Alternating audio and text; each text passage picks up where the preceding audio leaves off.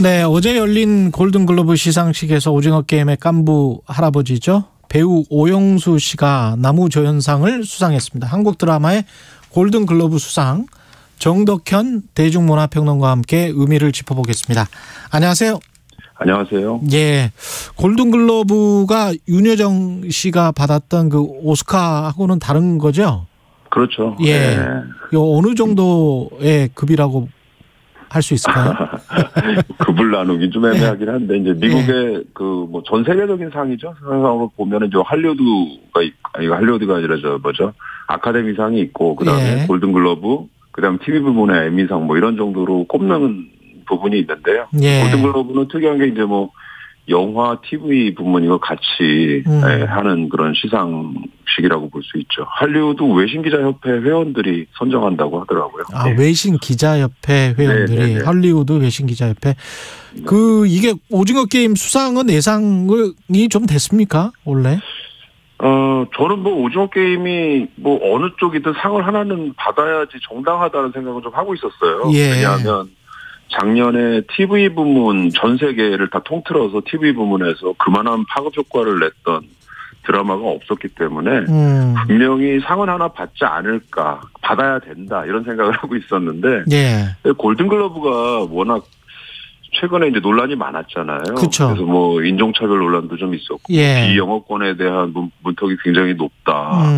작년에 미나리가 사실은 윤여정 선생님이 노미네이트 되고 당연히 상을 받을 거라고 생각했는데 노미네이트 잘 안 돼가지고 사실은 많이 얘기들도 많이 나오고 그랬었잖아요. 그래서 이게 좀 헷갈렸어요. 이게 당연히 받아야 되는데 못 받는 거 아닌가. 그나마 이제 좀 다행스럽게 좀 받긴 받았다라는 생각은 좀 들고요.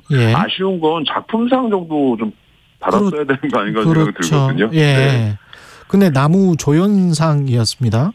네, 맞습니다. 나무조연상을 수상한 그래도 나름대로 의의는 있는 것이죠. 오영수 씨 개인에게 뿐만이 아니고. 그럼요. 굉장히 큰 의미가 있고요. 이게 사실 우리는 골든글로브에서 상을 받았다는 것 자체가 일단 굉장히 큰 거라고 좀 볼 수 있어요. 한국 배우 최초입니까 이게? 네, 그렇습니다. 사실은 한국계 배우는 받은 적이 있죠. 우리가 잘 알고 있는 샌드라오 같은 경우가 그런 인물인데, 그레이 아나토미나 킬링 이브로 많이 아주 익숙하실 거예요. 근데 한국인 배우가 상을 받은 거는 처음이고요. 영화는 외국어 영화상으로 기생충 미나리가 받았지만 드라마 부문에서 받은 거는 좀 거의 처음이라고 봐야 되겠죠. 근데 아까 이제 이번 골든글로브도 굉장히 논란이 많았다 이 말씀을 하셨는데 어떤 흑인 영화들이랄지 이런 것들 꼭 노미네이트가 돼야 되는 건데 안 된 것들이 있었는가 보죠? 그러니까 사실은 이게 원래부터 예전부터 이제 영화 비영어권에 대한 차별이 있었다라는 게 좀 많이 나왔던 얘기들이고요. 이 대표적인 게 지난해까지 대사의 50% 이상이 영어가 아닌 경우에 외국어 영화로 분류한다. 이런 식으로 규정을 두는 바람에 사실 작년에 미나리라는 영화가 사실 미국 영화잖아요. 그렇죠. 정작 감독은. 근데 이제 외국어 영화상을 받았거든요. 그래서 굉장히 그게 약간 총극 같은 느낌을 줬었고 기생충도 결국은 외국어 영화상을 받았었고요. 근데 연기상이나 이런 쪽에는 확실히 이제 영어권 쪽 영화들만 거의 받아간 부분들이 있었고요. 특히 이제 지난해 2월에는 아까 말씀드린 외국 외신기자협회 협회에서 뽑는데 여기에 이제 부패 스캔들이 폭로가 되면서 할리우드가 전체적으로 이제 보이콧 선언 같은 것들도 많이 했고요. 협회 회원 중에 흑인이 한 명도 없다는 사실. 일단 이해가 좀 안 되는 부분들이거든요. 아니 외신기자협회인데 흑인이 한 명도 없어요? 그래서 이런 부분들이 전반적으로 지금 이 골든글로브가 공정하지가 않다라는 얘기들이 나왔고 차별적인 것들이 많이 있다, 보수적이다 이런 표현들이 많이 나와서 실제로 이제 헐리우드 배우들도 다 지금 이번에는 불참, 수상 거부 선언, 톰 크루즈 같은 경우는 상을 다 반납했다고 그러더라고요. 기존에 받았던 상들을. 그런 상황까지 생겼기 때문에 특히 넷플릭스에서 저도 재밌게 본 거지만 브리저튼에 나왔던 흑인 배우가 주인공을 맡은 그 작품들의 어떤 기자회견 거부까지도 나왔다고 그래서 논란이 터진 부분이 있었습니다. 그러면 그런 영화들이 배제가 된 게 아니고 골든글러브에 관해서 이제 항의를 하는 그런 사람들이 훨씬 더 많아진 거군요.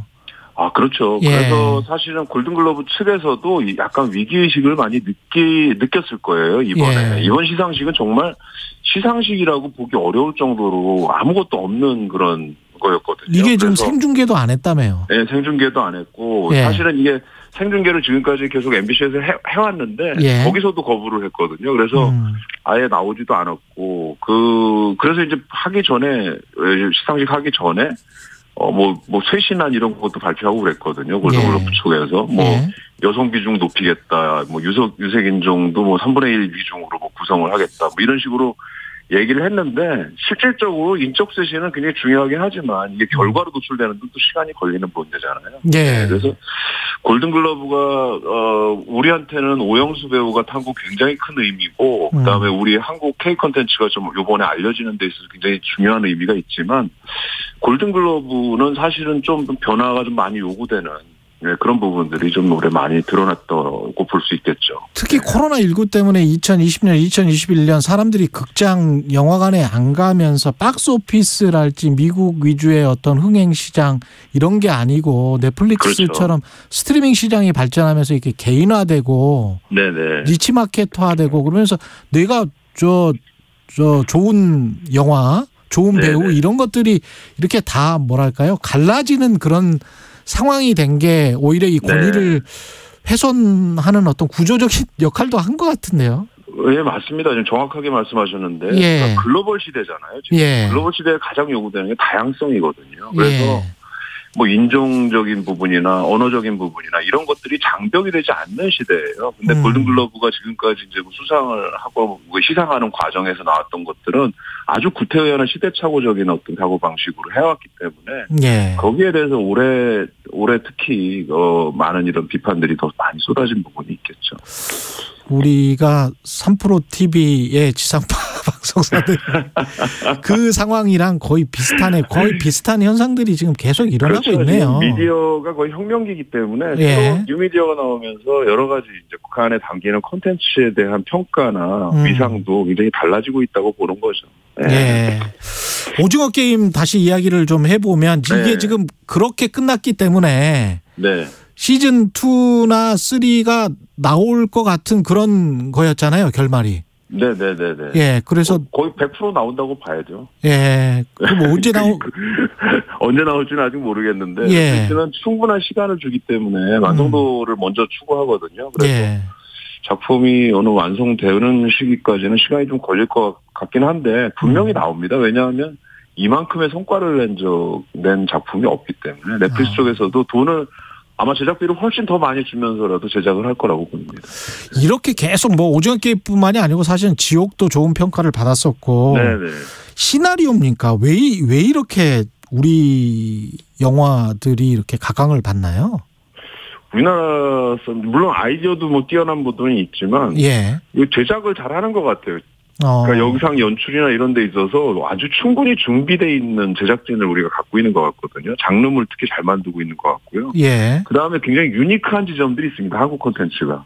굉장히 그래요? 글로벌하게 다 이렇게 통용될 만한 그런 장르물을 만드는데 그 안에 우리 색깔을 정말 잘 집어넣는 것 같아요. 근데 그게 다 통한다. 그러니까 아까 말씀드린 골든글러브처럼 다양성이라는 건 로컬성이 살아야 되는 거죠. 로컬 지역. 근데 그런 것들을 우리가 아주 대변해서 잘 만들고 있다라는 거죠. 알겠습니다. 말씀 감사드리고요. 지금까지 정덕현 대중문화평론가였습니다. 고맙습니다. 감사합니다. 1월 11일 화요일 KBS 1라디오 최경영의 최강시사였습니다. 고맙습니다.